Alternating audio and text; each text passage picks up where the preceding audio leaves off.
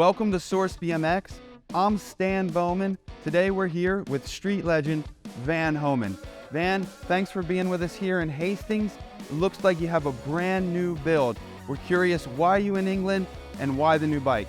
Well, Stan, I've been coming over to the UK a lot, Hastings, England, to do some work with Source BMX, doing a lot of product content stuff.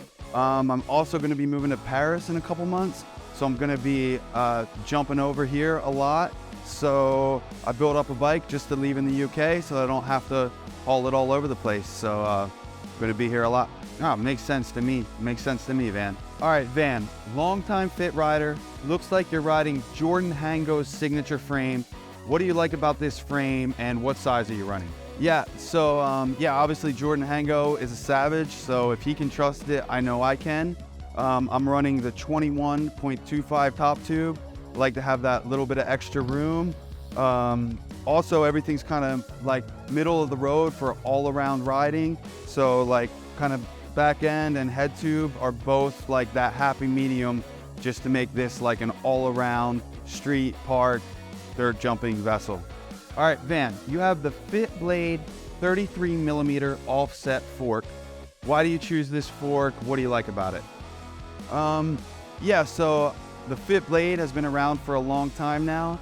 I like the 33 millimeter offset because it's kind of a traditional offset, and I'll let the head tube do the talking for how steep my front end is. I also like that it's like, you know, not an overweight fork, but also not slimmed down to look like a toothpick. So, you know, you can trust it. All right, Van, here we have the Tommy Dugan Signature Fit Bars, 9.25 rise. Why do you choose these bars? Tom Dugan bars, I used to run, coming from the mid school of BMX, I used to run really small bars, like even 6-inch bars. And like over the years, they've just like slowly grown. And as that's happened, I realized I just get like more leverage, more control. So like the 9.25 for being a guy who's 6 foot tall feels like that perfect balance for me. They're also like 29 inches wide, so I feel like that's also good for the leverage, but I can still get the bar spins around. Yeah, okay, that makes sense to me. I'm also 6 foot tall, Van. Weird coincidence. But while we're talking about the bars, what's holding on to your bars, your stem, and also what are you holding on to with your hands, your grips? Yeah, so I've got the Fit Van Homan signature stem. So obviously that's my signature stem, and it truly is a signature product in the sense that it's only available in the size that I run, which is like a 53 millimeter reach. And it comes in black or red and has like the Fit logo with like the little devil horns, so that's kind of a homage to my Little Devil days. You know, it's inspired sort of by the old S&M Challenger stem in a sense, but kind of slimmed down and kind of cut out the bulk where it's not necessary to save some weight. My grips, I've got the Clint Reynolds grips. They're made at ODI, so they kind of have like that perfect compound. I also like that they still have a flange. I'm not really a fan of the flangeless grips, and I've also tried out these, I really like the design of these fly bar ends. They have like the metal core with the replaceable plastic rings. So I was keen to give those a shot. I feel like it's a really intuitive design. All right, Van, let's take a look at your drivetrain. What cranks are you running? What sprocket? Why the sprocket guard? And what kind of chain is that sprocket guard protecting? Yeah, so I've got the Fit blunt cranks here, the Ethan Courier model. And yeah, I used to have a lot of problems with breaking cranks, and the 24 millimeter spindle really like beefs it up, makes them really strong. You know, the key guard guard sprocket. I like to be able to do some sprocket grinds occasionally, and also be able to mess up trying to foo-fanoo a barrier and don't bash my chain if I slip. And I have the Shadow Supreme chain. Like, Shadow has really set the standard for half-link chains in my opinion, and for me it's definitely the most trusted. So even though these chains are a little pricey, I feel like it's worth the extra money to know you're not gonna snap your chain. Yeah, absolutely. No one wants that, Van. So next, you've got metal pegs and metal pedals in a plastic world. Why are you still holding strong with the steel? Yeah, so yeah, I've held true to the metal. Steel is real. I really like the Odyssey Trail Mix pedals, the sealed version. These things last forever. I don't do a lot of pedal grinds or anything, so kind of why I don't need plastic. I feel like the metal gives me a lot more traction, especially if you're riding trails, and your feet are getting muddy or whatever. And then the Odyssey MPEGs in 4.5, I just like the feel of steel on steel. I don't need to grind a bunch of ledges. I'm not trying to grind aluminum rails, so it works simple for me. I love that sound and feel when I'm on a rail, metal on metal. Makes sense, just classic parts.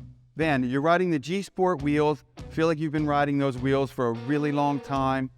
What is it you like about the G Sport wheels? I feel like they kind of set the standard for modern day cassette hubs. Break these things down for us. Yeah, obviously the rib cage rims and the rollaway hubs.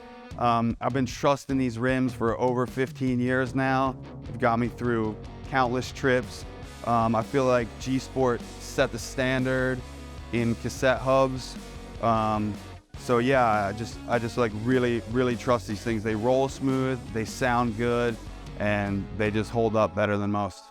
All right, while we're talking about the wheels, Van, what kind of tires are you rolling on, and what kind of tire pressure do you run? Yeah, so my tires, I have the Fit FAF tires. I actually run like a more street version in the back and a more trail version in the front. Again, I think that comes from my racing trail days of like street tire in the back, knobby up front. So actually this is a 2.3 in the street version, and this is a 2.25.